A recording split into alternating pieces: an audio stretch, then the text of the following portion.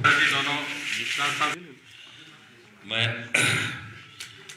सभी पत्रकार साथियों का इस पत्रकार वार्ता में स्वागत अभिनंदन करता हूं।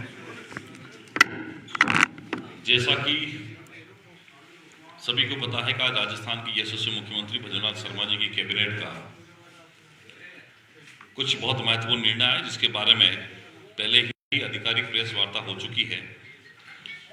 पर उसके बाद में जब हमने कांग्रेस के प्रदेश अध्यक्ष जी गोविंद सिंह डोटासरा जी और नेता प्रतिपक्ष टीकाराम जूली जी के प्रतिक्रिया को सुना, पूर्व मुख्यमंत्री अशोक गहलोत जी की प्रतिक्रिया को सुना, तब निश्चित हमें लगा था कि इसके बारे में भी प्रतिक्रिया हमारी होनी चाहिए, भारतीय जनता पार्टी की भी और सरकार की भी। इसी संबंध में आप सबको हमने इस पत्रकार प्रेस के लिए बुलाया है। मैं इस प्रेस वार्ता में आप सबका स्वागत करता हूं, अभिनंदन करता हूं। और आज जो बड़ा महत्वपूर्ण निर्णय हुआ भजनलाल शर्मा जी की सरकार का, मैं सोचता हूं कि पूर्ववर्ती कांग्रेस की भ्रष्टाचारी सरकार का, जिन्होंने कभी ये सोचा नहीं था, जिस राजस्थान के इतिहास में 67 सालों में मात्र नए 7 जिले बने और सरकार जाते जाते अपने अंतिम वर्ष में मतलब लगभग 17 नवीन जिले, 3 नवीन संभाग की घोषणा कर दे और उसके बाद भी चुनावी लाभ में कुछ सफलता हासिल नहीं मिलती, लगभग सारी सीटें वो हार जाते हैं। मैं सोचता हूं कि जनता का राजस्थान की पूर्ववर्ती कांग्रेस सरकार को करारा जवाब था, उससे भी वो संभल नहीं पाए। और हमारी भजनलाल शर्मा जी की सरकार पर उन्होंने जो आज बेतुके बयान दिए हैं, बचकाना बयान दिए हैं, क्योंकि उनके पास में कोई मुद्दा नहीं है। मैं पत्रकार साथियों इतना ही आग्रह करना चाहूंगा, मैं कांग्रेस से एक ही सवाल पूछना चाहता हूं कि जब सरकार बनती है तब जनहित को प्राथमिकता में रखा जाता है। पार्टी, दल और अपनी किसी भी स्वार्थ को हम अंत में रखते हैं, लेकिन कांग्रेस पार्टी ने जाते जाते सरकार के 5वें साल में जब 17 जिलों के गठन की घोषणा करी, 3 संभाग की घोषणा करी, इससे बड़ा और क्या हो सकता है जब 3 नए जिले चुनाव आचार संहिता से पहले जिनका नोटिफिकेशन निकला, ऐसे ही राजनीतिक लाभ लेने के लिए उसको हमारी भजनलाल शर्मा जी की सरकार ने आने के बाद एक मंत्रिमंडल उप समिति का गठन किया, एक ललित के पंवार साहब की अध्यक्षता में एक कमेटी का गठन किया।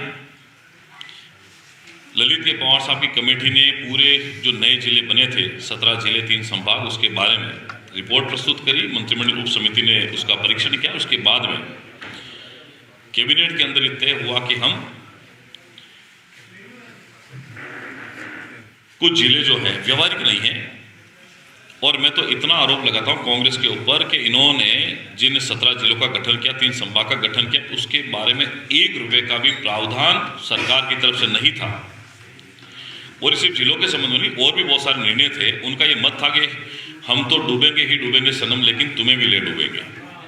ये राजस्थान की सरकार कांग्रेस की, जिन्होंने राजस्थान के भविष्य को नहीं देखा और एक ऐसा निर्णय किया जिससे राजस्थान की जनता को कोई फायदा नहीं मिला। ना ऑफिसेज थे, एसडीएम ऑफिस में कलेक्टर ऑफिस चल रहा था, डीवाईएसपी के ऑफिस में एसपी ऑफिस चल रहा है, और आईजी ऑफिस में लगाए थे तो कोई नियुक्तियां नहीं थी, कोई अलग से कोई फाइनेंशियल मैनेजमेंट नहीं था, किसी प्रकार का प्रशासनिक तंत्र भी नहीं था, कोई फाइनेंस का भी कोई प्रोविजन नहीं था।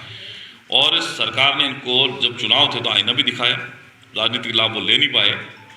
और आज जिस तरीके से डोटासरा ने कुछ जिक्र किए हैं, जब सरकार के ऊपर कोई बात आती है तो नेता प्रतिपक्ष का हक बनता है कि वो पहले सरकार को प्रतिक्रिया दे, लेकिन डोटासरा ने वहां भी अतिक्रमण किया और पहले खुद ने प्रेस वार्ता करी, चूंकि नेता प्रतिपक्ष जो है उनको बाद में बोलने दिया गया। और मैं तो ये कहता हूँ किसी सूरत में 17 जिले व्यवहारिक नहीं थे। हमने कुछ पॉलिसीज बनाई हैं, पॉलिसी के आधार पर ये कमेटी का निर्णय हुआ, निर्णय के आधार पर ये जो फैसले हुए आज राजस्थान की जनता स्वागत करती है। राजस्थान की जनता भजनलाल शर्मा जी की दूरदर्शी सोच को, सकारात्मक सोच को धन्यवाद करती है। आपने देखा होगा टीवी के अंदर विभिन्न जो पत्रकार साथी भी हैं, विभिन्न जो संगठन के लोग हैं, राजस्थान की आम जनता से अगर आप पूछेंगे तो इवन जहां जहां ये हुए हैं, पहले तो इनके कोई एमएलए जीते नहीं थे, आज हमने जो निर्णय किया उसमें बहुत सारे हमारे बीजेपी के एमएलए भी जीते हुए हैं। वहां भी हमने उन जिलों को बाहर किया है। तो ये कुल मिला के राजनीतिक सोच से बाहर जाकर परिणाम है, जनता के हित को ध्यान में रखते हुए। और कांग्रेस के साथी जो हैं आपस में, इनके पास में जब कोई भजनलाल शर्मा जी की सरकार के ऊपर कोई कमेंट का कोई विषय नहीं बचता, तब इस प्रकार के बेतुका बयान आते हैं। मैं सोचता हूं कि राजस्थान की जनता इनको फिर से, जिस प्रकार आम चुनाव में अभी जो बाई इलेक्शन हुए थे, इसमें आईना दिखाया था। क्योंकि हमारे पास में चुनावी जो लाभ है वो लेने का कोई उद्देश्य नहीं है। अभी आगे आने वाले समय में कोई चुनाव भी नहीं है। हमारी सरकार का पहला साल पूरा हुआ है। हम जनहित के मुद्दों को प्राथमिकता में रखकर काम करने वाले लोग हैं। किसी प्रकार का हमारे मन में ये नहीं कि हमें राजनीतिक लाभ मिले। हम चाहते हैं कि राजस्थान के 8 करोड़ जनता का विकास हो और सबका साथ सबका विकास के साथ हम लोग आगे बढ़ें।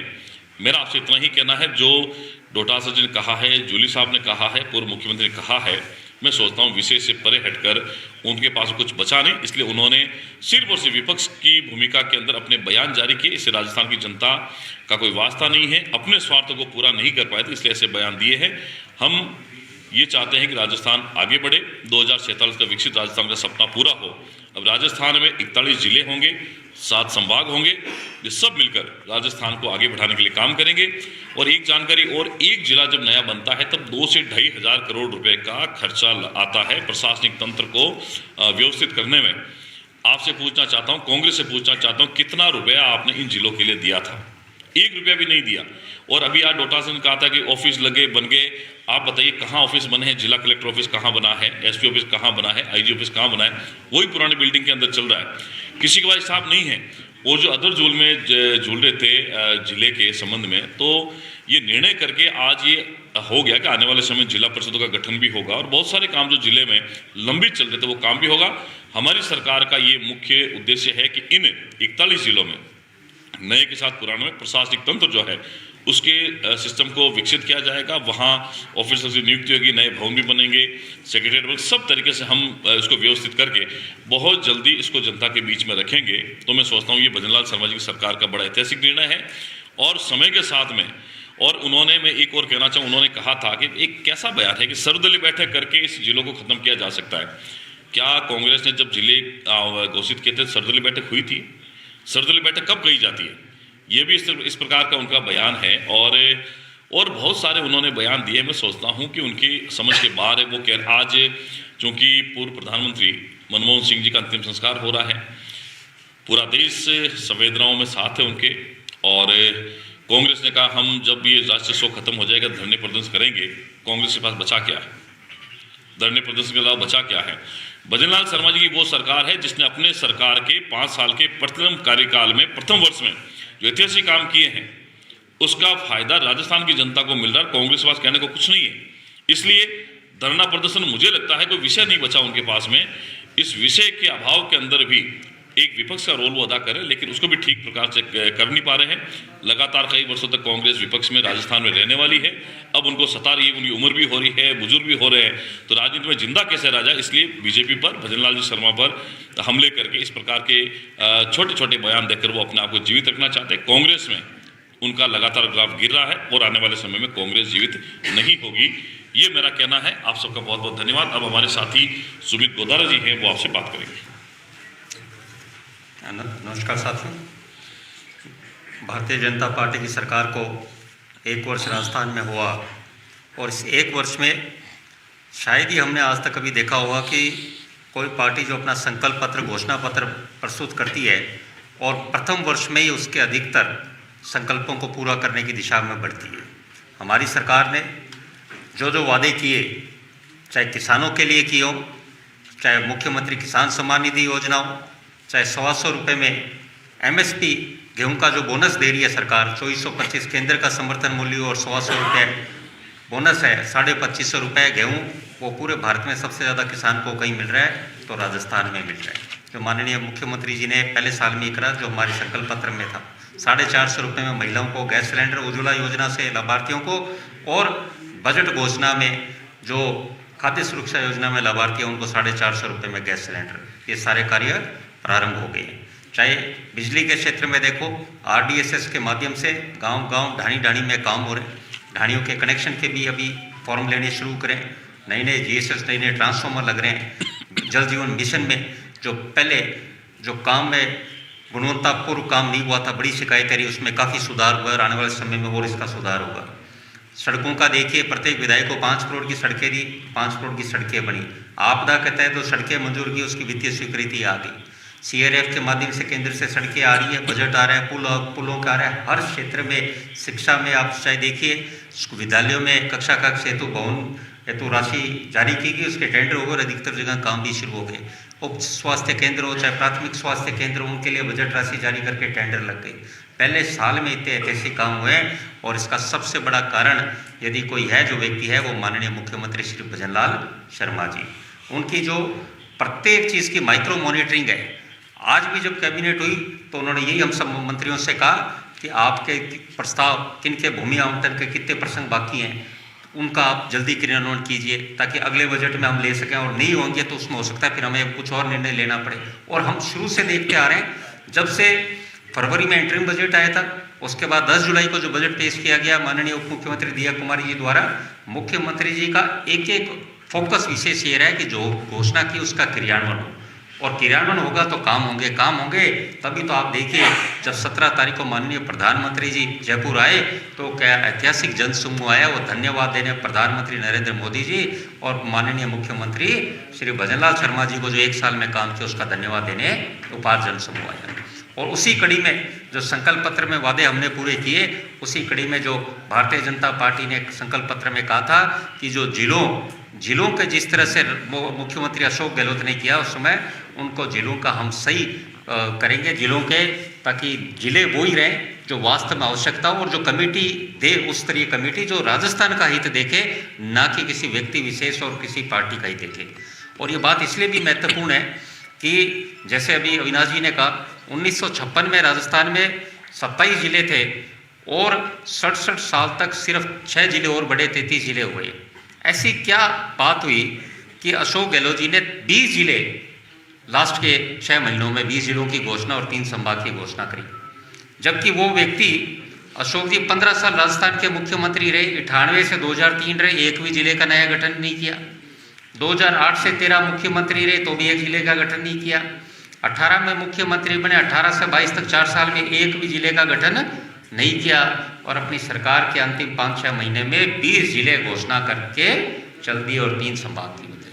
और इसमें आपकी अंतरात्मा भी कही कि राजस्थान की प्रत्येक व्यक्ति की, क्या भाई ऐसे कोई जिलों की घोषणा थोड़ी होती है भाई। इतने राजस्थान में इतने मुख्यमंत्री आए, चाहे किसी भी दल के आए, पर उन्होंने ये हित देखा ना कि राजस्थान का कि अपने को जिलों की आवश्यकता कैसे है। पर अशोक गहलोत ने लास्ट के अपना कार्यकाल था, हम क्या उम्मीद कर सकते हैं ऐसे मुख्यमंत्री जी से, तत्कालीन पूर्व मुख्यमंत्री जी से, कि जो 20 महीने तक कोविड काल में सिर्फ अपने मुख्यमंत्री आवास तक ही सीमित रहे, उन्हें क्या राजस्थान के विकास की परवाह थी। और दूसरी तरफ हमारे मुख्यमंत्री जी को देखते हैं, गतिशील मुख्यमंत्री जी के नेतृत्व में प्रगतिशील राजस्थान। आप देखिए मुख्यमंत्री जी लगातार हर जगह गतिशील रहते हैं, हर काम की मॉनिटरिंग से लेके पूरे राजस्थान में जहाँ भी हर जगह पहुँच रहे हैं, तभी आप देखिए ये काम हो रहे हैं। और ये निर्णय लिया गया, समिति बनाई गई, मंत्रिमंडल उप समिति बनाई गई, मंत्रिमंडल उप समिति बनी, साथ में पूर्व वरिष्ठ अधिकारियों के नेतृत्व में, ललित के पंवार के नेतृत्व में कमेटी बनी। इन दोनों की रिपोर्टें आई, रिपोर्ट आई, तब उस रिपोर्टों को देखकर राजस्थान के हित में क्या हो सकता है, तो 8 जिले यथावत रखे। अब दूसरी तरफ मुझे याद है जब उस समय विधानसभा चलती थी, जब लास्ट का बजट था पूर्व मुख्यमंत्री अशोक गहलोत जी का, मुझे तो वो भी दिन याद है जब बजट पेश किया था। उस दिन वो बजट भी पिछले साल का ले आए थे, फिर वो उसमें भी काफ़ी हल्ला भूल गए थे। वो बजट भी उसमें आए कि ब्रीफ केस में, तो बजट भी पिछले साल का वो ले आए थे, फिर बोले क्या, फिर वो अंदर चले गए थे। 15-20 मिनट तक हमें भी लगा कि राजस्थान के मुख्यमंत्री ऐसा बजट भी पिछले साल का ला सकता है। चलो वो बात ऐसी थी, ऐसे ही वो बजट लेके आए थे, ऐसे ही वो जिलों की घोषणा करके वहाँ चल दिए। और उसमें कहा कि कमेटी का लिया, जबकि राम लोबिया से कमेटी ने कोई रिपोर्ट नहीं दी थी। ज़्यादातर समय तो विदेश में थे, कमेटी ने कोई कार्य ही नहीं किया था। या मंत्रिमंडल की उप समिति के लगातार बैठकें हुई है, ललित के पंवार जी के नेतृत्व में लगातार बैठकें हुई है, और बड़े गर्व के साथ कहते हैं माननीय मुख्यमंत्री जी के नेतृत्व में भारतीय जनता पार्टी की सरकार ने जो वादे किए, और जहां आवश्यकता थी 8 जिले यथावत रखकर राजस्थान की जनता को संदेश दिया है कि हम आने वाले समय में राजस्थान में प्रत्येक जिले में काम करेंगे। जो 8 जिले हैं जहाँ अशोक गहलोत की सरकार सिर्फ घोषणा करके गई, और आज जब हम डोटासरा जी को और जूली साहब को सुन रहे थे तो उनको बोलने लायक कोई विषय नहीं था, क्या बोले हम, क्योंकि उनकी अंतरात्मा भी जानती थी कि ऐसे 20-20 जिलों की घोषणा का कोई तात्पर्य भी नहीं था। तो राजस्थान माननीय मुख्यमंत्री जी के नेतृत्व में विकसित राजस्थान, माननीय प्रधानमंत्री जी के नेतृत्व में विकसित भारत, इसी ओर अग्रसर होगा। इन 8 जिलों में बेहतरीन काम होंगे और जो आगामी बजट होगा उसमें आपको इसका आईना भी दिखेगा, आपको इसका दृश्य भी दिखेगा कि जिस हिसाब से बजट की घोषणा होगी तब लोगों को, राजस्थान की जनता को लगेगा कि भारतीय जनता पार्टी जो कहती है वह करती है। और ऐसी अनेक घोषणाएं आज हमारे कैबिनेट बैठक में भी कुछ अधिकारियों को लाभ देने के लिए कुछ कॉमन एलिजिबिलिटी टेस्ट है, उसमें जो स्कोर है वो पहले 1 साल के लिए वैलिड था, उसे 3 साल के लिए कर दिया गया है। एक हमारे स्कूल कॉलेज है राजगढ़ में, उस कॉलेज के लिए सिद्धमुख में उसका भी नाम श्रीमती शकुंतला देवी राजकीय महाविद्यालय किया। और पशु पालन के लिए पशुधन सहायक है, उनके प्रमोशन पहले 2 ही होते थे, उनके 3 प्रमोशन हुए और उनके नामांतरण भी चेंज किए गए, ग्रेडिंग भी, नाम भी पशुधन निरीक्षक और पशुधन प्रसार अधिकारी और पशुधन प्रसार नाम वरिष्ठ पशुधन प्रसार अधिकारी, ये 3 नामांकन उनके किए गए। और पशु चिकित्सा में मैं हमारे भी मंत्री जी, माननीय मुख्यमंत्री जी के नेतृत्व में जोराराम जी कुमार जी को धन्यवाद दूंगा और जोगाराम जी पटेल जी को, जो काफ़ी समय से, हम जैसे रेगिस्तान क्षेत्र से आते हैं तो वहाँ पर डॉक्टर्स की कमी थी, उन्होंने कोर्ट से सारे स्टे हटाए और सभी डॉक्टर्स की पशु चिकित्सकों की नियुक्ति की और नए पशु केंद्र खोलें जिससे राजस्थान में और लाभ मिलेगा। कुल मिला के साथियों ये कि सबका यही उद्देश्य हमारी सरकार का कि राजस्थान विकास करे और सिर्फ संकीर्ण विचारों से ऊपर उठ के कि सिर्फ कुछ व्यक्ति विशेष को फायदा न देकर पूरे राजस्थान की 8 करोड़ को जनता को जो लाभ मिले उसी हित को ध्यान रखते हुए राजस्थान में 8 जिले रखते हुए 41 जिले और 7 संभाग राजस्थान को विकसित राजस्थान की दिशा में लेके जाएंगे। आपका बहुत बहुत धन्यवाद।